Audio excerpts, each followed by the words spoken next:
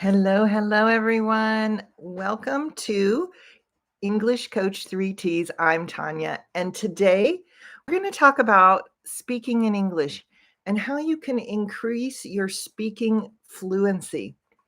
I'm going to start with a comment that I already have here in the comments because this person puts into words what I hear a lot and also what I experience myself as a language learner. But before I get started, if you're listening to me live, I'd love to know where you're from and if you have listened before. Is this your first time? Or are you a regular here? And same if you're listening to the recording. So let's start with Christopher's comment here. Christopher says, that is exactly what I was thinking about all this time, meaning how you can speak better English, how you can be more fluent, how you can speak and say the things you want to say. Christopher says, I'm able to understand a B2 and even C1 video sometimes, but when I'm going to speak, I forget everything. If you relate to this, let me know in the comments. Just say, me too, because I relate to this. As I just shared, I'm also a language learner. I'm going to move the video a little like this. I'm also a language learner. I'm learning Spanish is my second language. German is my third language. I'm a very, very beginner in German. But in Spanish, like Christopher, I can understand at a C1 level actually pretty easily. I can even understand a lot of native speakers. But speaking is a different story for me. I'm not sure what my speaking level is, but I know that it is a lot lower. Have you had this experience? I'd love to know if this has happened to you too. So tell me in the chat if you can understand things you hear more than you can speak. This is really, really common. And so, why is that? There are a couple of reasons, and today I'm going to help you to understand it and also what you can do and how you can practice speaking so that your speaking level can improve. And the first thing I want to say is there is not one way to do this. There are many ways to do this. We have many people listening live right now, and I can tell you that we have more than one way, more than 10 ways, more than 20 ways. We probably have a way, or each person has their own way to do this. But there are some similarities. So that's what I'm going to help you with today. But keep in mind that you need to find what works for you. So you take the information that you get and you find what works for you. And the biggest reason that this is so important is that if you're doing something that's a little different, but it's really working, in other words, you're enjoying it, you do it regularly, this is a key. Doing it regularly is a key. If those two things are happening, if you're practicing your speaking and you're listening to a lot of English materials, then if you're also enjoying it and doing it regularly, it's working. It's working for you. And so don't give up. One of the reasons I think students give up, myself included, is that it does take time to get to that place where we feel good about our fluency. And this, I think, is the goal, that we feel good about our fluency. Now, the other goal is that other people can understand you, of course. However, I think we often are too hard on ourselves. It's like, oh, I'm not good enough.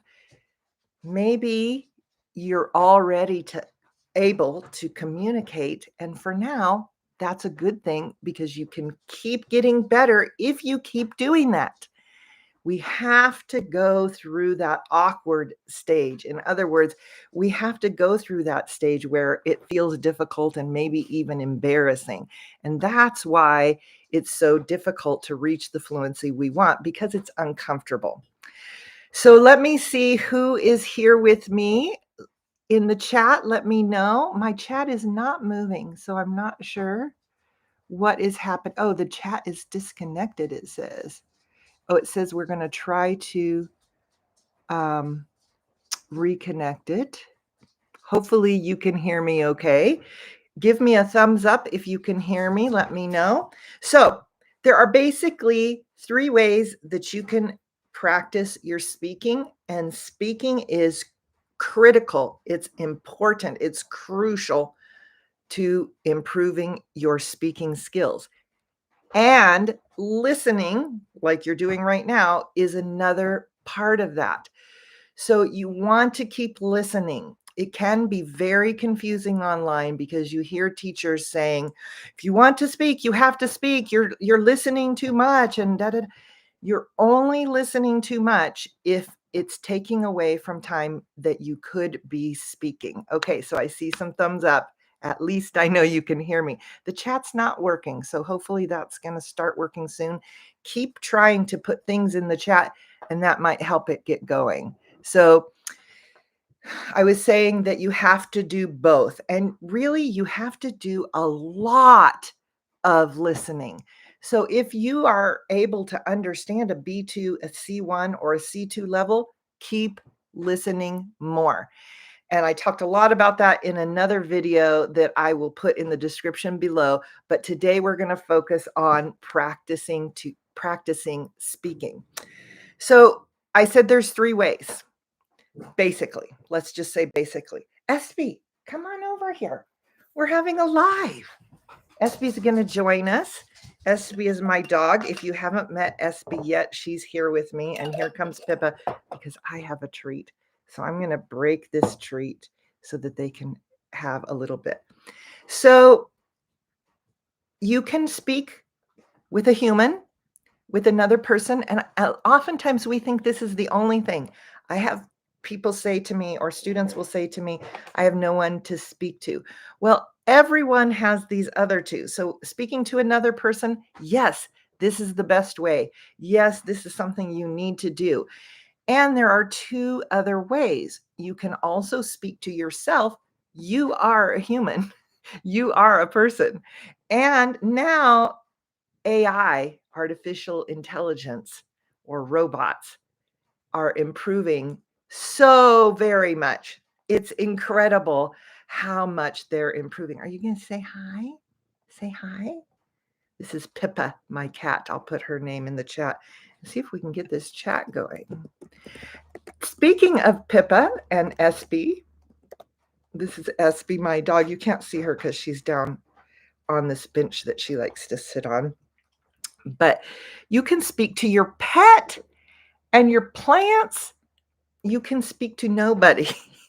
And I do that quite a bit in my Spanish learning journey. And I will say this, now that I have made more connections with people I can speak to and the AI I speak to, I love to use ChatGPT. I don't speak to my plants and myself as much as I used to, but I still do. The reason is it's so easy and it's so convenient. Here I have a plant right here. Here I have a pet right here. I can speak to them, and you can speak to them about anything. It's great. But let's go back to these other ways of practicing your speaking. So I made a little chart so you could see, again, this is one idea. This is what you're aiming for. In other words, this is your goal, but your chart, your circle is going to look different than mine. So I like to speak to people most. So you can see this bigger piece of the pie here is my goal for speaking to people. But I also speak some to myself and some to AI. For me now, I speak more to AI than myself, and that might be true for you. Again, your circle is going to look different than this one, but this one gives you an idea. There are some weeks when I have more opportunities to speak to people, and so this part of the circle is smaller. And there are some weeks that the people who I regularly speak to can't speak that week for whatever reason. And so this part of the circle is bigger. And here's the great part about this part of the circle is it's always available. You can always speak to yourself, and maybe you can't always speak to AI if you don't have Wi-Fi or something like that, but it's much more predictable than people. And so it is either always available or almost always available to you. So this just gives you an idea. So let's talk about this part of the circle first, speaking to people, because this is a part that is often misunderstood. Students think I can only speak to a teacher or a tutor.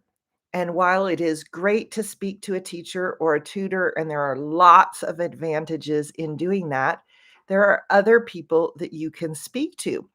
So, for example, you could have a conversation exchange, and you may have heard me talk about that before. I'm going to make a note here to put that video down below so that you can see a little bit more about my thoughts on speaking to a conversation exchange. It can be challenging because it's difficult to find a conversation exchange, and it's even more difficult to find someone that you enjoy or that works for you or that you feel comfortable with. So I recommend giving yourself plenty of time to find one and to have a lot of patience because they are humans just like you and I, and they can't always meet. They do have things that come up. They are late, or sometimes they don't show up at all. You just have to keep trying. But conversation exchanges, especially once you find one that works, I think are a really important part of learning to speak. For me, it's been a big part. I have a teacher, I have more than one conversation exchange, and that is another clue. If you have two or three, it depends on how much time you have. When one can, the other one can't, or vice versa. And so this can be super helpful to making sure you have someone to speak to. The other thing is finding a group. I have a group of non-native speakers that I speak to every week. And sometimes, depending on our schedule and what we plan, I speak to them twice a week or more. And this is an important part of my journey because they're always there. Now, is it possible that the group needs to cancel? Yes, for me, that just rarely happens. But because there are several people in the group, they're almost always there. And there are other advantages to this. You're hearing different accents and different ways of speaking, and this is a really good thing. A lot of students think that speaking to another student is going to be something that's bad for your learning, and it is not. In fact, if you have another English learner that you're speaking to, I know that your fluency is improving because you have someone to speak to probably very regularly, and being regular and consistent is key. And usually, not always, but usually we enjoy speaking to someone else more than our plant. It depends. And so we will do it more, and the conversations can last longer. I have had students who have developed relationships with each other one on one or in a group who have become very fluent because they have so much opportunity to speak to each other, but also to help each other, maybe with corrections, maybe with new things they've learned. And so this ends up being a really great way to learn. Don't let speaking to another learner stop you. This is really an important part of your speaking plan. Okay, so we talked about speaking with people, and you can have a mix of different people, different types of people, teachers, students, friends, different people you speak to. including yourself. So I'm not going to spend a lot of time talking about this because it's pretty straightforward. In other words, it's pretty simple. You can just talk to yourself, and however you like to do that. Maybe you talk to yourself in the car, in the shower. I personally, when I'm walking around my house, I speak to myself, or when I'm driving or doing the dishes. Sometimes I record myself. Last year, I recorded myself speaking a lot. This year, I have done that less because I have more people to speak to. And also because I'm speaking to AI a lot more. So if you have ChatGPT, the free version, which is what I have, and I've heard that the paid version is even better. I'm looking for my phone. It's back there, so I'm going to let it be. But if you can, here's another phone. If you can talk to the phone and have a conversation, which you can do with ChatGPT, and there are other apps. I haven't tried the other apps, but if you can speak back and forth, this is a great way to practice your speaking. Now, for me, one of the disadvantages, or oh, Espy, come tell us. Come tell us. Espy likes to bark when somebody outside barks. So she's getting really good, though, at staying here. If you listen to some of my earlier live videos, she liked to talk to us a lot, speak a lot. That's why she's so good at it. So I was just saying, ChatGPT speaks pretty quickly, and so far I have not found a way to slow it down. So if you have maybe a B1 level, it might be a little frustrating for you. For me, it can be a little frustrating for a couple of reasons. Sometimes ChatGPT speaks too quickly. Other times it doesn't really respond to what I'm saying, or it speaks too much. Now, that's not necessarily a bad thing because, like I said, listening is so important. However, I'm wanting this time where I can speak. So humans tend to be more balanced. And oftentimes, if you're speaking with a teacher or a tutor or even another learner, you get more time to speak than if you were speaking with artificial intelligence. Now, the really great thing about artificial intelligence is that it's available in the middle of the night, it's available anywhere. Um, and you can learn a lot of really interesting things from artificial intelligence. And when your conversations are interesting, this is actually important because it's more engaging. And so that makes an environment where you want to do more of that. Another disadvantage of AI is that it is a robotic voice, and you will hear it on different apps and different things. And you might hear teachers say that you shouldn't do this. I would partially agree. I do think you should do it. However, I think that if possible, you don't want this to be the main thing you do because you don't want your voice to start sounding like this. Now, ChatGPT doesn't sound like that. However, it does have a robotic voice. The inflection and such is not like a human, but it is getting better all of the time. So, yes, make speaking to humans one of the I said that incorrectly. One of the things you do most, and don't be afraid to use ChatGPT.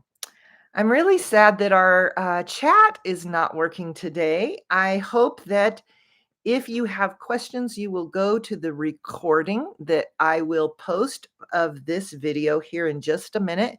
You can go to the recording and put your questions there, and I will be available for the next 24 hours to answer all of the questions. And then after that, I will get to as many as I can.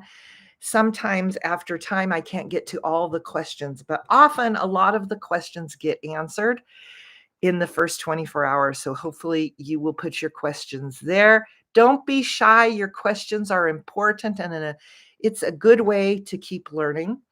And if you are looking for a group of people that you can speak to, and you're a woman who has an intermediate or above level in English, I would love for you to join us in our She Speaks Fluency program for women.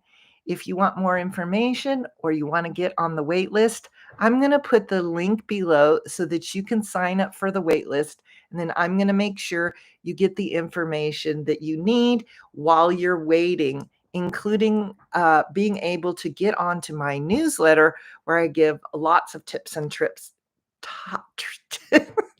Tips and tricks for learning and so that you can keep learning. If you have any questions, remember to put them on the recording, and thank you for joining me here live. I will look forward to seeing you live here on my YouTube again soon. And don't forget to follow me on Instagram, where I put a lot of my announcements and a lot of other types of content there. Talk to you soon. Bye.